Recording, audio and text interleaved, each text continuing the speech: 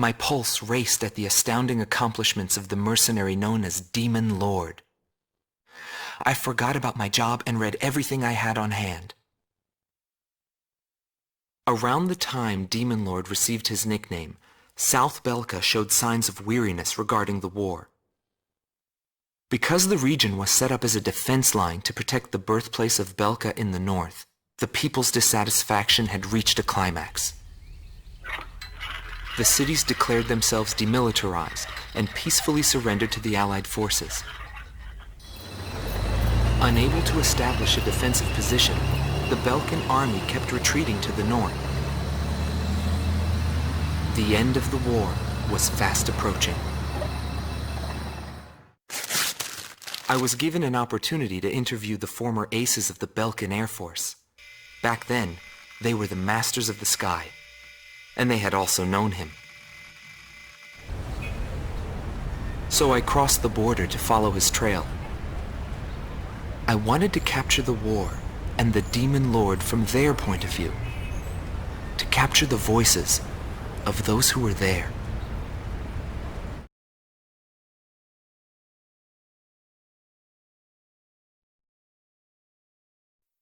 Bernard Schmidt, a man with the eyes of an owl.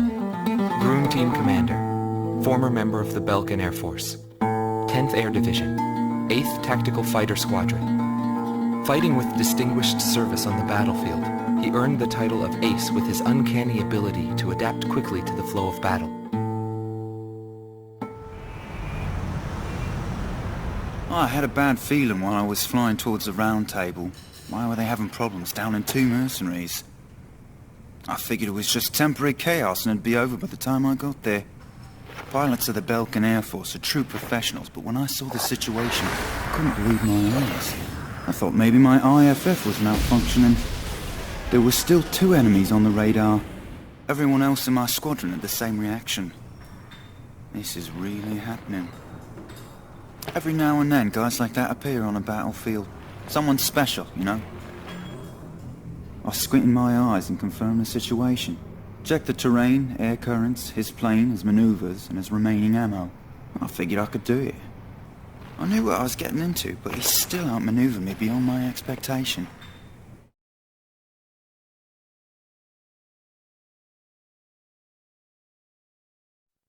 Gelb Teams Number 2, former member of the Belkan Air Force. 5th Air Division, 23rd Tactical Fighter Squadron. Rainer Altman. He flew the skies of Directus during the capital's liberation, and he's still there to this day. I met him above this very sky. I can still hear the sound of the missile alerts from that day. I received an order to fly to Directus on my way back from an intercept mission on the southern defense line. The order itself wasn't unusual. We kept being deployed from one mission to the next without receiving even the basic maintenance. But the situation was the same all around. We were late reaching the operational space. The station squadrons had already retreated, and warning bells were going off in the city. And the people were looking up to his plane, high above the sky. It felt like he could see right through me. He was always one step ahead of me. He matched every combat maneuver I made until I used up every trick in the book.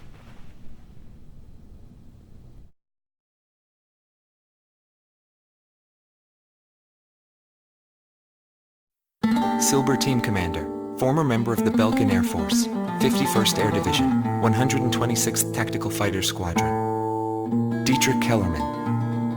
He was once the top ace at Belka and a fiery instructor at the Air Force Academy.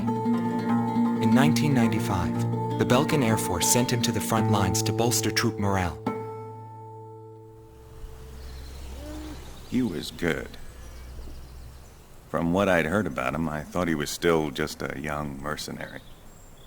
But he matured since then. He still wasn't perfect, but I could see he had come a long way towards understanding the rules of combat. What's important on the battlefield is to let go of hate, to survive, and to adhere to the rules you've set for yourself. These are the rules I've taught my students. And when I saw him, I could tell my time was done. A new generation had inherited the sky. There was no more need for an old soldier like me. Every time I flew with him, his skill stood out. He was unstoppable. He was cool-headed and proud, a combat professional. Demon Lord fit him perfectly. Maybe the man was blessed by the goddess of war. Before long, everyone had taken notice of him. More and more would show up to watch him go off on sortie. Mercenaries or maintenance crew, it didn't matter. People wanted to burn his image to their memories. Hell, they weren't the only ones.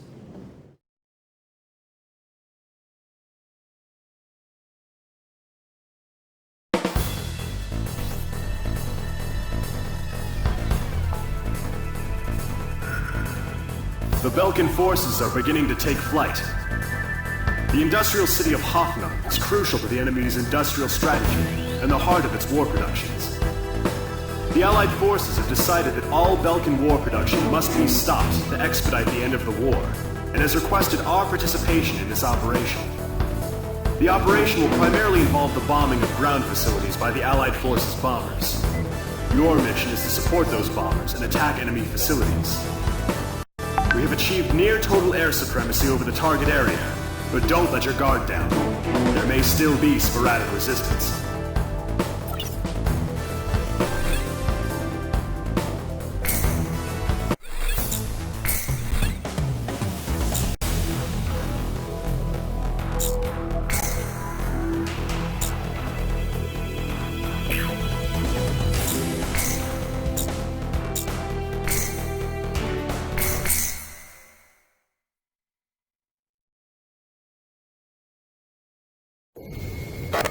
Come to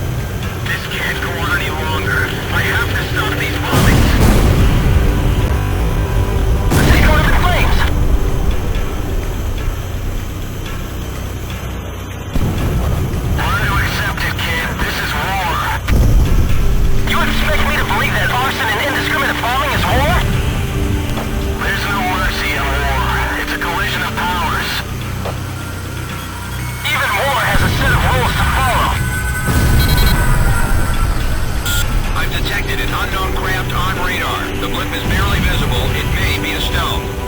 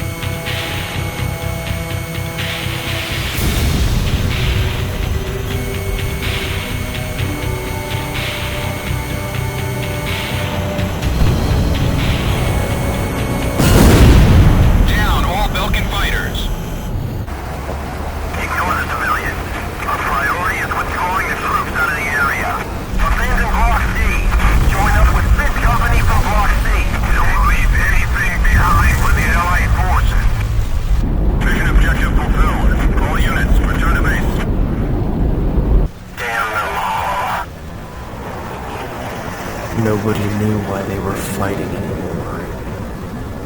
All I felt at that point was sadness for the world. That's why I...